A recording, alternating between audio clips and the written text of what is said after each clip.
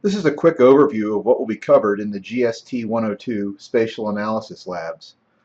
The course is an introduction to spatial analysis using QGIS, and the series of labs is also designed to gradually introduce new aspects of the QGIS software to students.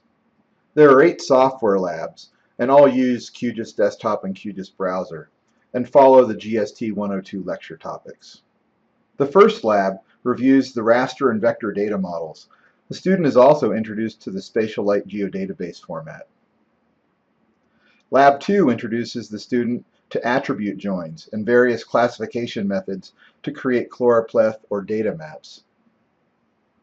Lab 3 covers how to work with tabular data, such as selecting records using SQL expressions.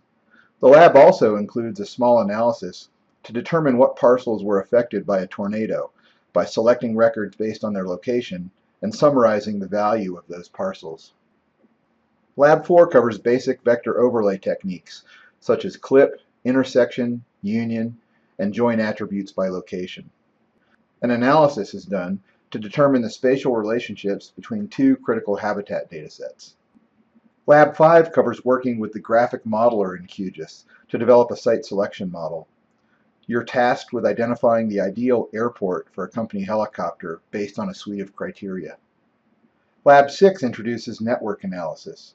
This involves finding the shortest route between 2 points and delineating service areas for police stations in San Francisco. Lab 7 introduces terrain analysis, including generating hillshade images and slope and aspect data from a DEM.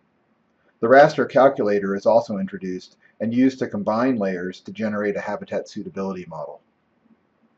And finally, Lab 8 introduces the student to generating heat maps, also known as density surfaces. And the lab goes on to cover raster to vector conversion and vector to raster conversion.